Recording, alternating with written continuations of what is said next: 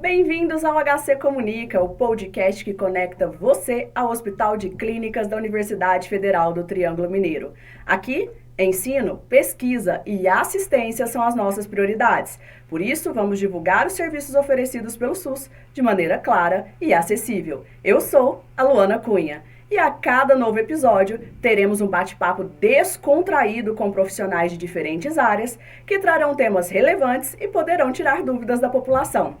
Nossa convidada de hoje é a Nara Ribeiro, médica ginecologista e obstetra do HC UFTM. E o tema é gestação e parto. Então, fique comigo, o bate-papo já vai começar.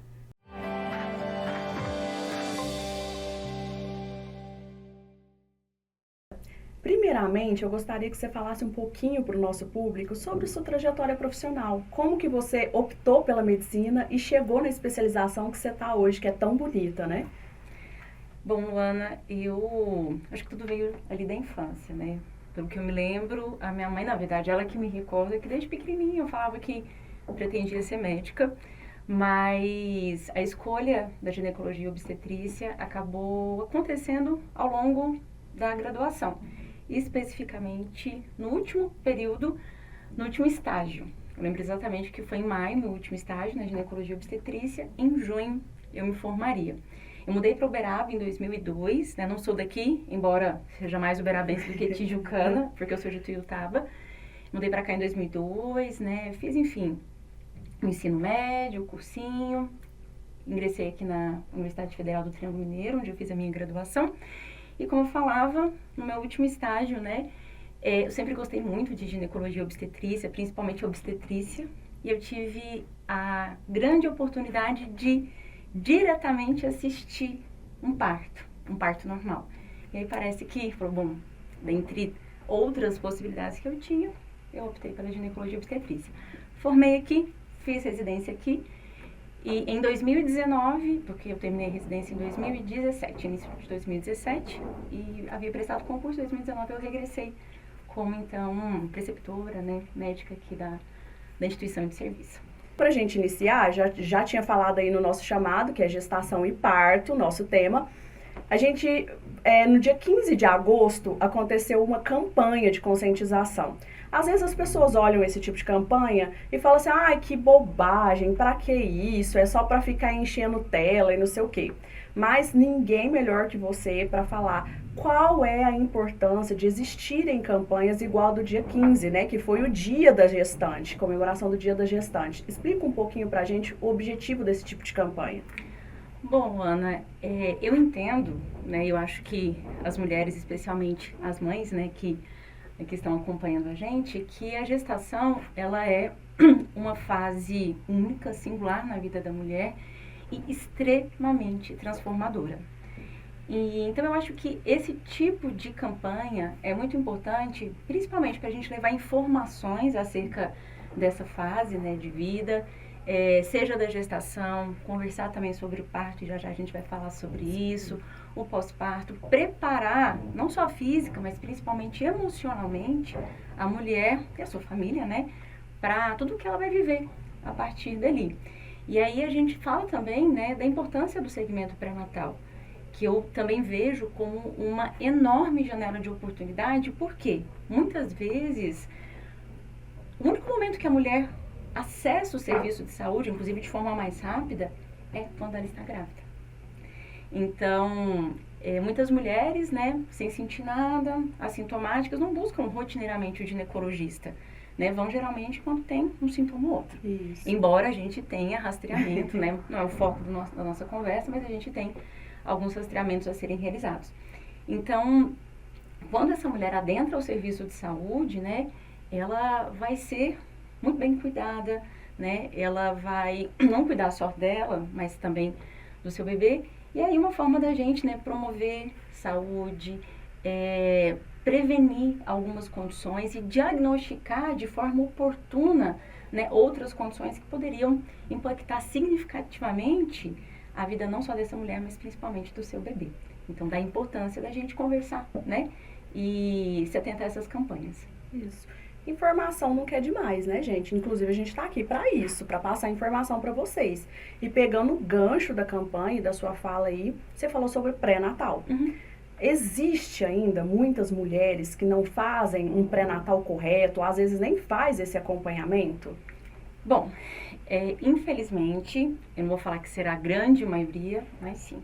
Infelizmente, a gente ainda se depara, principalmente aqui, né, falo que é a nossa referência no HCUFTM, que como a gente abrange não só Uberaba, mas 27 municípios, então, infelizmente, não são todas as mulheres, que eu não vou falar que não têm acesso, porque até tem, mas que infelizmente não entendem a oportunidade, a responsabilidade que está envolvida, né, ao longo dessa fase de vida da mulher. Então, às vezes a gente recebe, sim, minoria, mas recebemos mulheres que infelizmente não fizeram um pré-natal adequado, regular, então acaba sofrendo, na verdade, consequências, infelizmente, dessa atitude dela.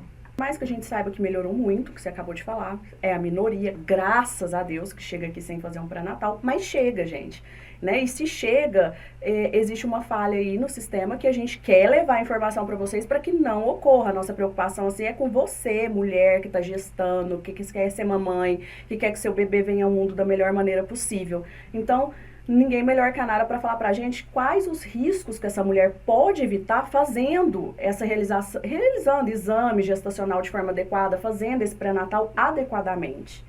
Bom, de uma forma geral, né, na primeira consulta do segmento pré-natal, que deve acontecer ali por volta de 6, 7 semanas de gestação, né, geralmente quando a mulher tem o seu atraso menstrual, ela consegue agendar essa consulta, vai ser, nesse primeiro encontro, a gente vai ter a oportunidade de conversar muitas coisas acerca não só, né, do que ela está passando ali, mas principalmente do seu histórico obstétrico, caso ela já tenha apresentado outra gravidez, né, porque a depender do que ela teve nas gestações anteriores, isso pode impactar a gestação atual. O histórico não somente então obstétrico, mas pessoal, familiar. Por quê? Vou dar um exemplo aqui sobre pré-eclâmpsia, né? E a principal causa de mortalidade materna no Brasil é pelas síndromes hipertensivas, inclusive a pré-eclâmpsia. Então, a gente sabe que a pré-eclâmpsia, ou fatores de risco para a pré-eclâmpsia, podem ser diagnosticados oportunamente numa primeira consulta de pré-natal e a partir de alguns exames, como o ultrassom morfológico de primeiro trimestre, que a gente também consegue identificar se essa mulher aumenta o risco e aí, oportunamente, entrar com a S e o cálcio, né, para diminuir esse risco que essa mulher não venha a desenvolver ao longo da gravidez a pré-eclâmpsia, que é uma condição muito importante que, infelizmente, impacta negativamente, não só a vida da mulher, mas do bebê também. Além disso, a gente faz rastreamento, por exemplo, para diabetes, né, outra doença aí, e que envolve mais os hábitos de vida. Forma também, no caso da primeira consulta de pré-natal, da gente intensificar informações sobre hábitos de vida, porque a gente sabe que também vai impactar, né? Não só na vida dessa mulher, mas desse bebê ao longo da vida toda dele. A gente sabe hoje, através de estudos, de evidências, que tudo que acontece na gravidez impacta a vida do bebê e do indivíduo, né? Ao longo da sua vida pós-uterina. Então, a gente faz o rastreio para anemia, diabetes, as sorologias, né? Às vezes as mulheres nunca tiveram oportunidade, né, de testar para doenças como HIV, hepatites, sífilis. Então, mais uma vez, esses encontros, o primeiro encontro de pré-natal, ele é muito importante por causa disso, porque a gente consegue conhecer mais profundamente essa mulher, de forma que ao longo da gravidez ela tenha, na medida do possível, uma experiência mais leve, positiva e sem complicações. É isso aí, gente. Se a gente fosse falar aqui dos riscos, a gente poderia fazer outros programas sobre isso, né? Como não é o foco, eu não vou tentar isso com a Nara, mas em uma outra oportunidade a gente traz e fala sobre todos os riscos de gestação e não sei o que a gente sabe que são muitos. Eu acredito, assim, que tudo isso é um mundo novo, né, para a mulher. Vai modificar tudo, não é só o corpo, é o psicológico, é a parte da saúde. Ela agora ela é responsável por uma outra vida, né? Então, assim, se tratando disso, eu acho que gera uma insegurança. E aí eu acho que vem uma questão muito forte que a gente vê sobre parto, né? E qual que é o parto indicado, qual que é o parto mais seguro e não sei o que. Então, assim, eu queria que você falasse um pouquinho. Tem um parto que é mais seguro? Tem um parto que é indicado? Bom, Luana, ao contrário, né, do que acontece aqui no Brasil, em que somos vice-campeões de cesarianas no mundo, o melhor e mais recomendado é o parto normal, né? Só que o parto normal, ele concentra, seja, e principalmente algo assim que vem culturalmente, historicamente, um medo muito grande por causa da dor, né?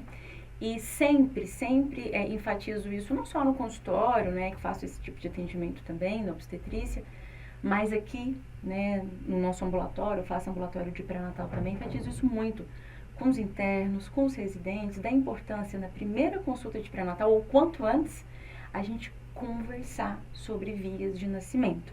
O parto normal é a via de nascimento, como falei, mais segura, inclusive, e recomendada. Por quê? Porque envolve muitos benefícios, seja para a mulher, seja e principalmente para o bebê. Então a gente sabe que entrar em trabalho de parto, porque às vezes não será possível parto normal, por alguma intercorrência ao longo do trabalho de parto, essa mulher precisa ser submetida a cesariana, ok? Cesarianas salvam vidas, não estou aqui para demonizar a cesariana, mas o problema do Brasil, né, e de outros lugares do mundo, é que a cesariana, que deveria ser indicada em mais ou menos, a depender da realidade, né, do serviço, do hospital, em mais ou menos 15 a 20% dos casos, no SUS, beira ali os 50%, né? Na rede privada, né, planos de saúde particular, beira os seus 90, 92%. E cesariana tem risco. Cesariana é uma cirurgia de médio a grande porte, que envolve, aqui eu tô falando de riscos, né? Não tô falando que vai acontecer de forma alguma, mas envolve o risco para hemorragia, para infecção, para lesão de órgãos próximos, não porque intencionalmente a gente gostaria de lesionar a bexiga ou o intestino, mas imagine, né? Isso pode acontecer.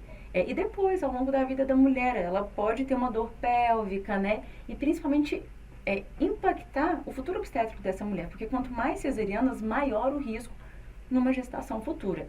E aí, voltando para o trabalho de parto e para o parto normal especialmente, para o bebê é muito importante para evitar desconforto respiratório. E no sentido da imunidade, ajudá-lo a construir a sua microbiota, fora que auxilia também no estabelecimento da amamentação, né? O contato pele a pele, e aí assim, não tem nada a ver só com o parto normal, mas também com a cesariana.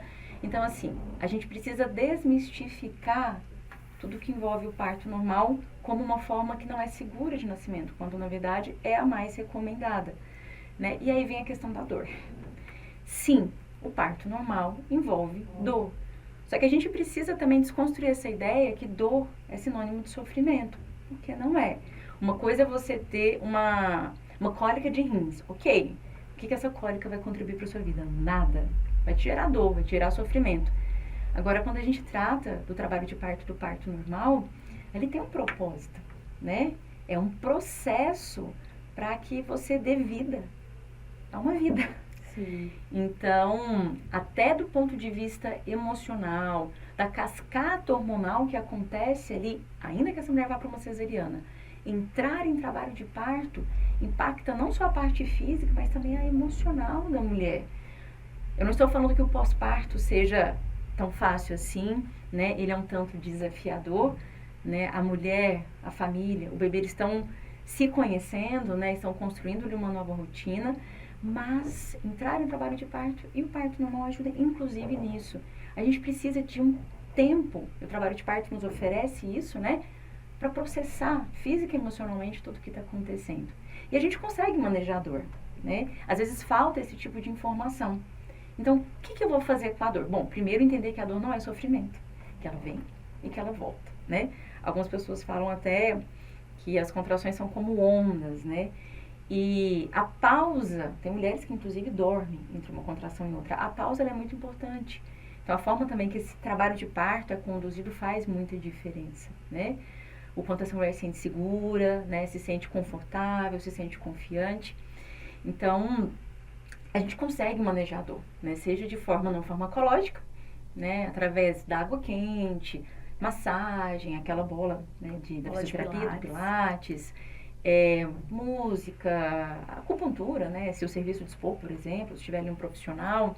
E temos também a atuação do anestesiologista, né? A gente pode, aqui inclusive, no Hospital de Clínicas, a gente tem a equipe de anestesiologia consegue trazer esse conforto para a mulher, através da analgesia de parto. Então, não que a gente vá fazer de uma forma rotineira, né? Mas a gente tem como manejar essa dor e contribuir para que essa experiência seja aí o mais positiva possível. Você falou de muitas questões aí que eu acredito que passam na mente da mulher o tempo todo, e isso envolve questões psicológicas, envolve o acolhimento dela, tanto familiar, quanto pelo médico que acompanha, quanto pela equipe do dia que vai estar lá. Mas assim, antes de eu entrar na próxima pergunta com você, que é um tema aí que gera muita polêmica, eu queria falar um pouquinho de uma outra coisa que é um pouco polêmica, mas eu acho que você tem uma visão de médica e que você já atendeu tantas pacientes, já trouxe tanto bebê ao mundo, que tipo assim, existe uma culpabilidade daquela mulher que às vezes entra no trabalho de parto, mas não consegue, por alguma intercorrência, né, por alguma funcionalidade ali, alguma coisa do corpo e tal, que não dá certo na hora, ter o parto normal. E a gente observa que às vezes isso gera uma frustração para essa mulher e ela sente culpa por não ter conseguido. Assim, eu não sei se a palavra certa é um conselho e tal, uma dica, o que é, mas o que você pode falar para essa mulher que passou por isso, ou para a mulher que agora tá aí com um plano de ir para o parto normal, mas que pode ser, né, gente, pode ser, medicina não tem nada 100%, que chegue no momento e ela não consiga trazer esse bebê ao mundo da maneira natural, da maneira como ela gostaria e planejou. Bom, Ana, o que eu falo, principalmente para essas mulheres que estão nos acompanhando, não somente elas, né, mas todas as pessoas que estão envolvidas nesse nascimento, né, os familiares, é que a cesariana não invalida a sua experiência. Uma coisa que eu falei anteriormente é que a cesariana não deveria ser realizada de forma indiscriminada, né, sem qualquer motivo. Mas a gente não tem controle sobre tudo, como você mesma falou. A gente tenta oferecer, né, todos os caminhos possíveis, mas pode ser que o seu bebê deseje vir ao mundo através de uma cesariana, ou que precise de uma cesariana. E como também falei anteriormente, o trabalho de parto, entrar em trabalho de parto sinaliza que seu bebê está pronto para nascer. Isso faz completamente a diferença em todo o processo, ainda que vá para uma cesariana. Quando a gente fala de cesariana eletiva sem indicação. Bom, essa a gente deveria evitar. Mas, né, entrar em trabalho de parto e ali durante o processo houve a necessidade, né, de uma cesariana, tá tudo bem. O mais importante, sem dúvida alguma, é a segurança, que você e seu bebê permaneçam bem e que a experiência seja positiva. E aí, claro, também cabe ao profissional, à equipe que está ali, auxiliar, né, e contribuir para que essa experiência seja boa. E assim, só para trazer um exemplo pessoal, eu acompanhei a minha irmã. A minha irmã, ela engravidou, ela pretendia o parto normal e assim, na minha vida profissional, ela sabe disso, foi um divisor de águas. Para mim, não para ela, né? Claro, para ela porque, enfim, né, o Henrique nasceu, ela teve uma experiência muito tranquila, muito positiva. Mas a minha irmã entrou em trabalho de parto, eu, né, que a acompanhei, e chegamos ao hospital com 8 centímetros. Bom, na minha cabeça, né, ó, tudo certo, vai fluir muito bem. Foram 18 horas de trabalho de parto, esgotamos as possibilidades, eu acho que também é importante trazer isso, né? A gente tem um certo limite técnico, um certo limite de conhecimento, né? A partir daí, parou. Exatamente, a gente precisa de segurança. E o que eu aprendi, bom, 18 horas de trabalho de parto, ela chegou até o período expulsivo, dilatação total, mas o Henrique, ele não conseguiu ali descer, encontrar o seu caminho, né? Por uma posição que ele apresentou. E aí a gente partiu para a cesariana. E isso não invalidou a experiência que ela teve, pelo contrário, né? Depois conversando, porque eu acho que, já falei isso para ela, quem ficou um pouco frustrado fui eu. Porque eu tinha uma expectativa ali. Mas por isso que eu falei que foi um divisor de água, Luana. Porque a expectativa não é minha. Eu tô ali para contribuir. E ela, desde o começo, Nara, que bom, tive uma experiência boa, o Henrique nasceu super bem, fez contato pele a pele, né? No dia seguinte ele nasceu de madrugada, nossa, até nisso, até na recuperação, né? E eu aprendi principalmente com essa experiência, né, que o limite entre uma experiência segura e positiva e uma que pode ter intercorrência, e mesmo que não tenha uma intercorrência, mas que seja negativa e sofrida para essa mulher, é muito tênue. Então, a gente precisa lembrar disso, né? E mais uma vez, que não invalida o que você passou. É isso aí. Eu tinha feito essa pergunta, gente, porque eu também tive uma experiência próxima a mim, né, com uma prima minha que fez acompanhamento e tudo, e chegou lá no final, ela não conseguiu ir pro parto normal. E tá tudo bem, você usa o recurso que você tem, o importante é o seu filho tá bem e você tá bem. Isso não te invalida como mãe, Exato. Não invalida a sua força de mulher, não invalida aquilo que você é, nem suas características. O melhor pro seu filho tem que ser feito, né? Por isso que eu achei importante entrar nesse gancho e colocar uma pessoa que tem total, né, habilidade para falar disso, para dizer para a mulher, tá tudo bem, né, segue em frente, e é isso aí. E aí, a partir disso, a gente entra numa outra temática, que aí a gente já vê muito na mídia e que causa, assim, um rebuliço, vamos falar assim, porque tem muitas pessoas que são super a favor, outras não são, algumas aceitam, outras não aceitam, algumas falam que é modismo, outras falam que não. Gente, a gente escuta de tudo, o famoso parto humanizado. O que é o parto humanizado? Ai, Luana, é isso. É um assunto um tanto polêmico.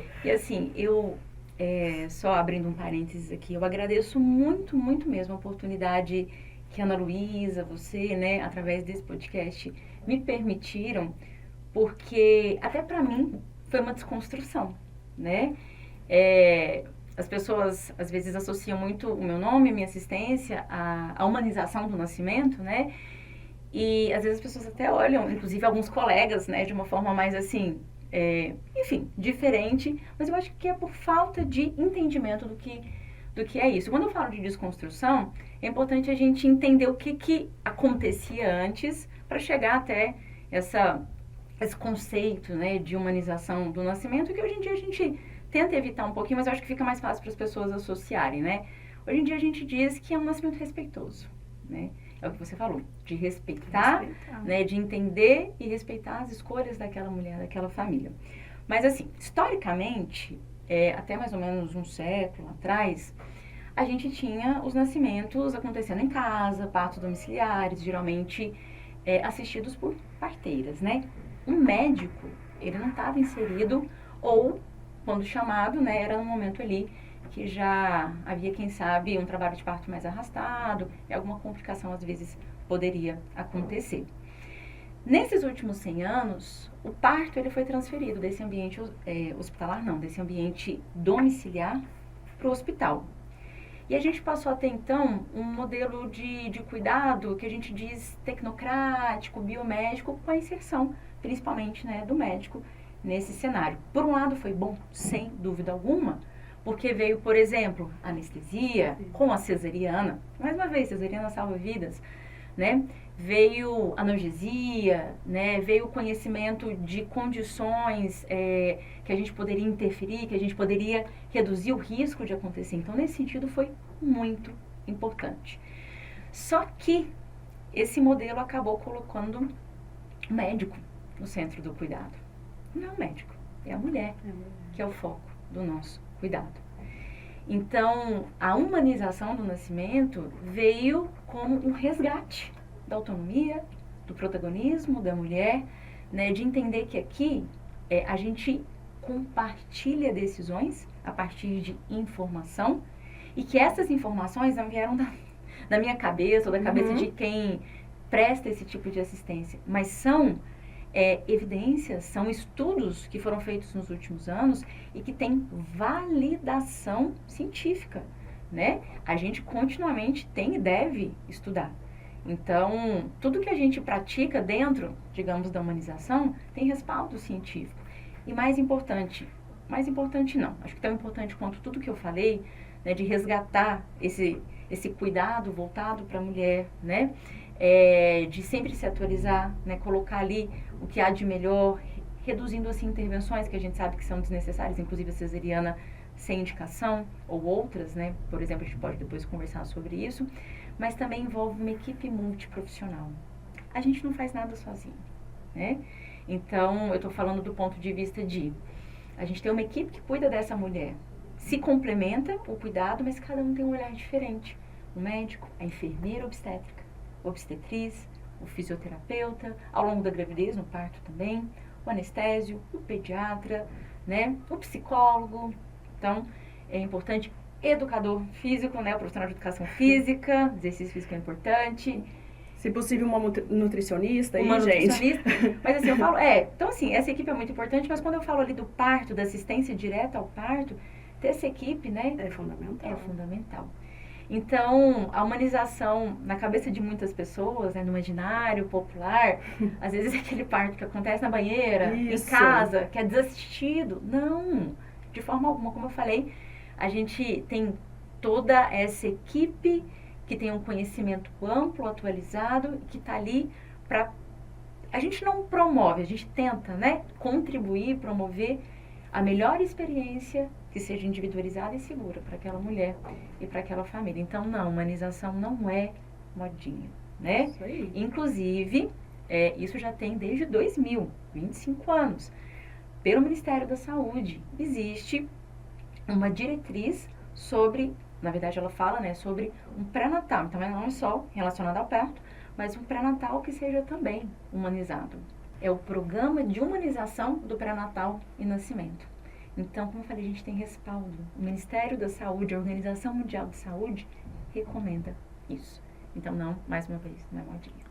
Nara, eu vi uma notícia muito importante que eu achei sensacional, que é uma lei que garante atendimento psicológico a gestantes e puérperas, né, aqui em Uberaba, tá, gente? Eu tô falando de Uberaba. Então, a Câmara Municipal de Uberaba aprovou um projeto, né, que obriga um quarto exclusivo para aquelas mamães que perdem os bebês. E eu acho que isso entra muito num contexto de humanizar. Fala um pouquinho pra gente sobre isso. A gente fala tanto, né, sobre a gestação, sobre uma fase de vida, né, na maior parte das vezes feliz, tranquila, tá tudo bem com mãe, com bebê, que a gente se esquece que, graças a Deus, mais dificilmente, mas podemos ter perdas gestacionais, seja no primeiro trimestre, né, quando a gente fala de um aborto, seja já no segundo e terceiro trimestres, quando aquele bebê, né, já seria viável no sentido assim, de que o seu nascimento seria compatível com a vida que a gente tem aqui, ainda que fosse 30, 32, 34, enfim, até 40 semanas.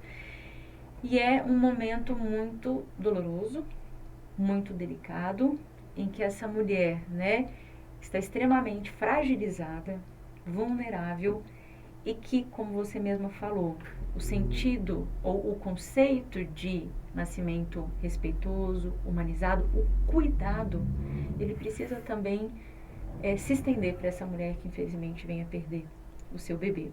Eu achei muito bacana essa lei, porque imaginem vocês, né, que infelizmente se deparam ou se depararam com uma perda gestacional, independente do momento em que ela acontece, e vão passar, né, pelo processo do trabalho de parto. Eu acho que não é o foco também da nossa conversa, mas ainda assim, nesses momentos, né, de perda gestacional, é válido a gente considerar, né, o parto normal, porque mais uma vez a gente precisa de tempo para elaborar um pouquinho, né, do que aconteceu ali, né, não que a gente vai conseguir elaborar durante o trabalho de parto, mas, né, oferecer para essa mulher, independente da forma que esse bebê vai nascer, esse cuidado também, inclusive, né, no plano de parto.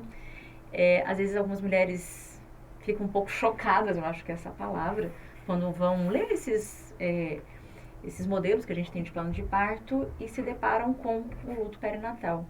E se você tiver um óbito fetal, como você gostaria de ser tratada? Quais seriam as suas escolhas, as suas preferências? Né? No momento que seu bebê nascesse, você gostaria de ter um momento ali para despedir você, sua parceria, enfim, a pessoa que está com você. Você gostaria que a equipe, né, fizesse alguma lembrança para que você pudesse levar para casa, para ter ali como uma memória, que seja o print da placenta, seja os pezinhos, né, que a gente coloca como se fosse um... Ai, gente... Como se fosse um carimbinho. Um carimbo, exatamente. Não sei, um pedacinho do cabelo, né? Isso não vai, de forma alguma, diminuir sua dor. mas eu acho que ajuda um pouco a passar pelo processo. E aí, voltando, né, a ter esses leitos separados é muito importante, né, porque você fisicamente não está ali com o seu bebê.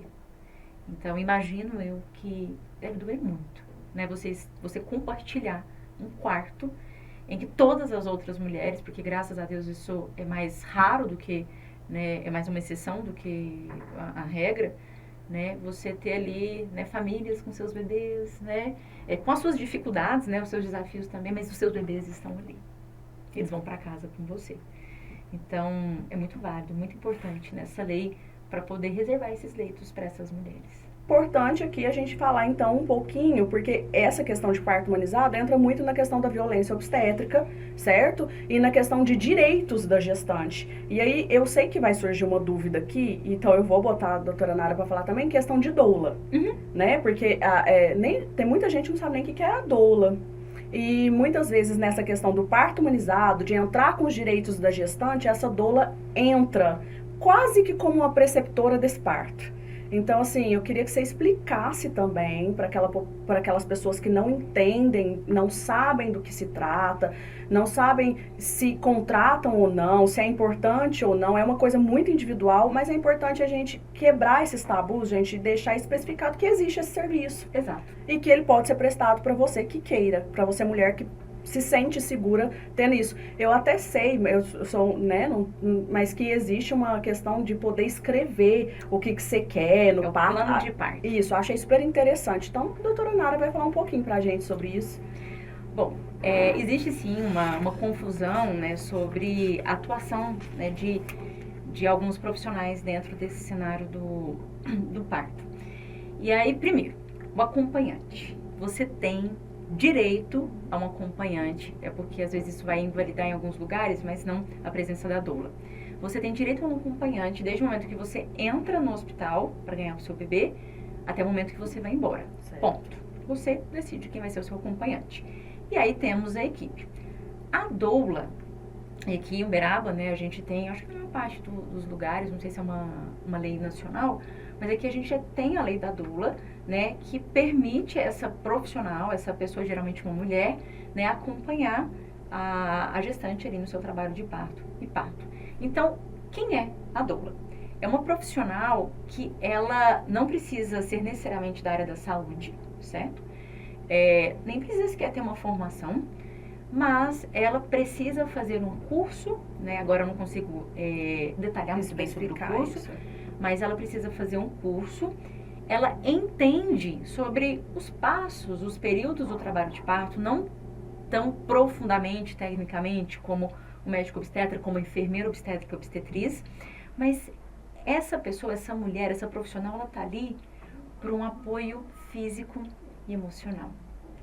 Porque a gente sabe, Luana, que o ambiente faz muita diferença, e você falou da violência obstétrica. Sim. Vem essa obstétrica no nome, mas a gente sabe que a violência obstétrica, embora possa remeter ao médico obstetra, fica parecendo que é exatamente, isso. Não necessariamente vai ser praticado por ele. Deixar de falar sobre violência obstétrica, mas violência institucional. Porque essa mulher, ela pode ter a violência desde o momento que ela adentra o hospital, pelo recepcionista, pelo porteiro, pela equipe de enfermagem, não necessariamente aquela que está ali no cuidado, né, na assistência ao parto, pelo anestesiologista, né, por uma outra pessoa que porventura esteja ali no cenário, até o momento que ela vai embora. Então, existe sim a violência institucional, né, mas geralmente quando a gente fala de violência obstétrica é porque quem está ali no cuidado mais direto é o médico obstetra. Mas quando a gente fala então da doula, ela viria também nesse sentido da sua presença e também da informação que ela passa ao longo do pré-natal, porque é tudo uma construção, né? E a gente já vai falar do plano de parto. Ela traz as informações, ela mune a mulher, a sua família de informação, né, e oferece esse apoio físico e emocional, principalmente no parto, trabalho de parto e pós-parto imediato. Então, é mais uma pessoa, né, para auxiliar a mulher nesse processo, inclusive com as medidas não farmacológicas para alívio da dor. Isso aí. Não que eu, enquanto médico obstetra, a enfermeira obstetra, não possamos fazer isso, mas a gente está um pouco mais voltado para a segurança do que está acontecendo ali. Então, a doula, ela acaba assumindo um pouco mais esse papel. E como eu falei, todos esses profissionais complementam o cuidado, mas cada um tem a sua visão, a sua função, a sua particularidade. Exatamente. Porque, gente, assim, é preciso entender, porque às vezes a pessoa pode entender errado, até algum profissional da área da saúde pode entender errado. Essa questão de doula é uma escolha também da gestante. Ela não é o médico, a médica, ela não é o enfermeiro, a enfermeira, e ela não está ali para invalidar o papel de nenhum profissional. A doula está ali para garantir essa segurança para ela, para garantir que ela tem os seus direitos atendidos, que aí agora que a gente vai falar, o plano de parto, que muita gente não sabe que existe e que pode ser feito. Exatamente. E só para acrescentar mais uma questão em relação à doula, porque eu falei que no meu caso foi toda uma desconstrução, né? Eu vim daquele modelo mais tradicional que a gente falou, quem sabe até um pouco mais intervencionista, né? E hoje, né, me volto mais para assistência ao parto normal, né, com menos intervenções, né, pensando sempre na experiência da mulher. No caso da doula, isso é muito importante falar, uma vez que você a contrate, tenha ela ali, né, como parte da sua equipe de apoio, ela não tem a competência técnica como a enfermeira e o médico para fazer um toque, para poder ouvir o coraçãozinho do bebê, né? Embora ela entenda, né? Até porque parto é observação, a gente sabe disso. Então, a depender do comportamento da mulher, a gente pressupõe, bom, eu acho que deve estar nessa fase do trabalho de parto, né? Não é só sobre toque, não é sobre encostar na mulher, a gente precisa observar mais. Então, a doula acaba ajudando muito nesse sentido também. Mas voltando então ao plano de parto. O plano de parto é um direito da mulher, né? Acaba sendo incluído aí nesse conceito de humanização. Ele tem uma validade legal, não precisa ir ao cartório, mas ele tem uma validade legal, deve ser anexado ao seu prontuário. E é uma carta de intenções, digamos assim, que a mulher vai colocar ali as suas preferências, as suas escolhas acerca do trabalho de parto, do pós-parto imediato, do cuidado ao recém-nascido, acaba envolvendo também a pediatria, e no caso de uma indicação de cesariana, né, como ela gostaria também, não que ela vai interferir na decisão da cesariana, caso seja necessária, mas como ela gostaria que aquele ambiente se comportasse, né? Porque a gente sabe que sim, a gente pode melhorar o ambiente, né? De forma que essa mulher fique não só segura, mas confortável também. Então, ela coloca ali, a gente tem vários modelos no Google, basta, enfim, procurar. Inclusive, a gente está construindo aqui para o nosso hospital, para os nossos ambulatórios, não que a mulher precise obrigatoriamente, né, preenchê-lo, né, mas eu acho que até uma vez que a gente faz essa construção ao longo do pré-natal, Luana, é muito importante para essa mulher se informar cada vez mais, porque ali, como eu falei, estão enumeradas várias questões relacionadas ao trabalho de parto, pós-parto. Então, às vezes, ela não sabe, por exemplo, manobra de Christeler, né? Que é aquela manobra, violência obstétrica inclusive, que se fazia pressionando o fundo do útero do bebê. Isso é uma violência, não deve ser feito. Na verdade, assim, nem precisaria ser colocado ali, mas, às vezes, não no nosso serviço, claro, pode ter um profissional ou outro que faça esse tipo de manobra. Então, o que é a manobra de Christeler, né? Por que eu não posso permitir que faça isso comigo? Então, colocar ali é muito importante, não só para evitar esse tipo de situação, mas também para ela entender o que é. Isso. Ressaltando, gente, que você faz o plano de parto, igual a doutora Nara falou. Se for necessário fazer a cesárea, isso não vai invalidar fazer a cesárea, porque o objetivo do médico é trazer seu filho ao mundo e te manter seguro e manter o bebê seguro. O plano de parto mesmo são questões relacionadas à sua expectativa de como você quer que o parto seja realizado. E a gente sabe que a expectativa pode ser que no final não tenha como cumprir todos os requisitos que você colocou, mas aquilo ali vai servir de start, de alerta para a equipe multiprofissional. Olha, é assim que a gente tem que agir. Aí, mais uma vez, o humanizado, individual, único para a mulher, trazendo isso para ela. Vamos enfatizar, porque depois, às vezes, a pessoa pode falar, não, então eu não quero. Não, o importante é a sua segurança em primeiro lugar. Isso é muito importante, né? Sobre lidar com expectativas. E, principalmente, aqui, né? Como a gente, às vezes, ou a maior parte das vezes, a gente não conseguiu estabelecer o vínculo com a mulher que chega, seja porque ela veio de outro serviço, principalmente, né? Seja das UBSs, seja de outra cidade. ter o plano de parto, ou às vezes até porque ela faz o pré-natal no ambulatório, né, na terça-feira comigo, por exemplo, mas ela não vai chegar no meu plantão, não necessariamente, né? Então, o plano de parto também é uma forma de, naquele breve período que você tem ali no momento da internação, de alinhar um pouquinho mais as expectativas com a equipe que está ali. É muito importante para a equipe que está ali entender e individualizar esse cuidado, né? Mas como você falou, é um norte. A gente espera que tudo que você enumerou seja respeitado. Mas também, né, por exemplo, eu gostaria de parir na banheira. A gente aqui não tem banheira. Não tem banheira, gente. Então, assim, a gente vai confrontar o seu plano de parto? Tá, a gente, na verdade, vai te comunicar que aqui não tem banheira. Isso não é possível, certo? Só para vocês entenderem que é um norte que eu acredito que ajuda muito a estabelecer esse vínculo com a equipe que está ali. Isso, tudo vai ser feito dentro de uma realidade, tá, gente? Tanto do local que você tá, no caso aqui a gente está falando do Hospital de Clínicas, quanto da equipe, quanto da sua saúde e do estado que seu bebê se encontra. Tudo dentro de uma realidade. E aí aqui, voltando, eu tô com uma informação aqui, né, que o HC, o FTM, assim como outros hospitais que a gente tem, da rede BSER, né, gente, que são muitos, eles participam de um projeto de fortalecimento do cuidado obstétrico e neonatal em parceria com a Fiocruz. Então, antes da Nara falar sobre isso, eu vou falar. Para quem não sabe, a Fiocruz é a Fundação Oswaldo Cruz, tá, gente? Ela promove a saúde e o desenvolvimento social, ela gera e difunde conhecimento científico e tecnológico, é um agente de cidadania, está vinculada ao Ministério da Saúde e ela se destaca como instituição de ciência e tecnologia em saúde na América Latina. Fala um pouquinho desse projeto de fortalecimento pra gente. Bom, então esse projeto, né, a partir da rede BSER, junto com a Fundação Oswaldo Cruz e o Instituto Fernandes Figueira, né, então não é algo aqui somente do nosso hospital, mas é um projeto nacional, vem justamente para a gente melhorar ainda mais, e não somente a qualidade do nosso serviço, mas trazer segurança e humanidade, individualização para a nossa assistência. Isso inclui a parte obstétrica, né, compete aos ginecologistas e obstetras, e também a parte de neonatologia da pediatria. Então, esse projeto, ele foi iniciado em setembro do ano passado, de 2024, e a gente tem aí um prazo, digamos assim, então, para colocar em prática vários dos itens que a gente tem ali num plano de ação.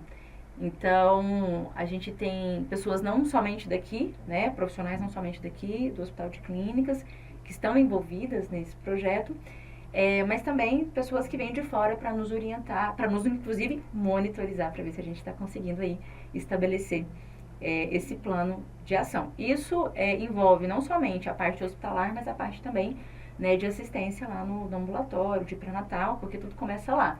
Seja para gestação de risco habitual, de baixo risco, seja para gestação de alto risco. Então, são 10 passos, né? 10 passos para o cuidado e fortalecimento do cuidado obstétrico e também para o cuidado e fortalecimento da parte de neonatologia. Esse projeto já foi implantado aqui. Já. Então, assim, o que já foi feito? A gente pode falar assim, alguma coisa que já foi, alguma etapa que já foi cumprida dentro do HC? Algumas sim, a gente já cumpriu, por exemplo, e aí é algo mais técnico e específico, né? Os protocolos, né, sobre, e aí no comecinho da nossa conversa eu falei sobre a principal causa de mortalidade materna no Brasil, que tem a ver com a hipertensão, depois vem a hemorragia e terceira infecção.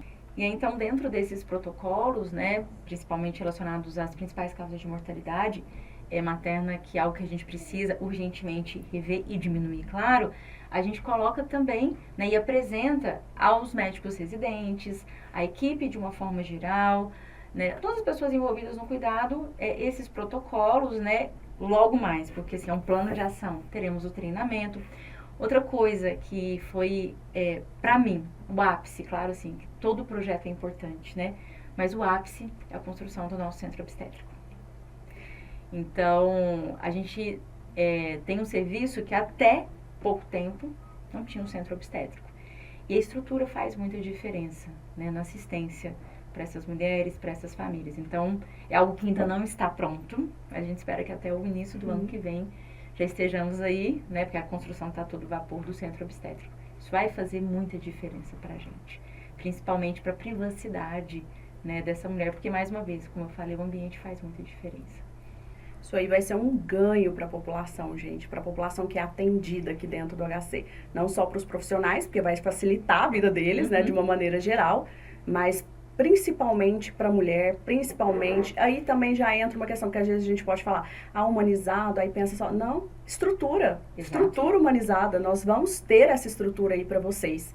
E pra gente encerrar, Nara, porque eu acredito que foi muito importante esse bate-papo, gente, se eu pudesse, eu ficava aqui horas, né, tirando dúvidas e conversando, tá, é gostoso trocar essa informação de maneira leve. Mas eu queria saber se você tem alguma outra informação que você gostaria de passar para o público ou se você quer deixar algum recado para essas mamães aí. E eu, desde já quero agradecer, em nome do HCUFTM e do nosso podcast, a sua presença aqui. Luana, eu que agradeço mais uma vez pela oportunidade, né, de conversar e trazer informações daquilo que não é só importante, mas assim, que faz muito sentido para mim, né? As pessoas às vezes brincam falando que eu sou uma defensora do parto normal, que eu sou uma defensora do parto humanizado, né? E assim, independente da vida de nascimento, porque cesarianas também podem ter essa humanidade, essa humanização. Então, eu gostaria apenas, mais uma vez, né, de agradecer e as mulheres que já são mães, que estão grávidas ou que pretendem, né, vivenciar, né, a maternidade, essa fase de vida, né, que é tão transformadora e pode ser às vezes um pouco desafiadora, que vocês se informem. Eu acho que tudo começa a partir de uma boa informação, né? É o que a gente está fazendo aqui, né? Levando um pouquinho de informação, que vocês se sintam também, a gente falou sobre o acompanhamento pré-natal, responsáveis, né, por tudo que envolve essa fase de vida e principalmente que vocês, a partir do momento, né, que entendem o que faz sentido para si, para sua família, né, e vislumbram um caminho a ser percorrido, que vocês também tenham filtro, porque a inconveniência das pessoas é algo assim gritante, não só na vida, mas principalmente quando a gente trata de gestação, parto e pós-parto. Sempre tem alguém para dar um palpite, sempre tem alguém para trazer, né, enfim, alguma informação equivocada, né, mas cada experiência, e até a Luana enfatizou muito isso aqui, é única. Então não tem como a gente transferir, né, a experiência que eu tive, não tive ainda, mas eu falo, enfim, de uma forma geral, a experiência que eu tive para você, né. Eu posso, se você quiser, claro, né, contar um pouquinho como foi a minha experiência, porque isso acaba impactando muito as decisões das mulheres, né. Então, que vocês possam confiar, né, naquilo que faz sentido para vocês e seguir também o coração de vocês. Perfeito. Nada melhor do que a gente encerrar o episódio do HC Comunica com esse recadinho da doutora Nara, agradecendo a ela mais uma vez pela participação. Mas calma, gente. Ainda vai ter muito mais. No próximo episódio, a gente vai trazer um outro profissional. Vamos conversar mais uma vez de um tema relevante para vocês de uma maneira bem descontraída. Já marca na sua agenda. Eu te espero lá. Até breve.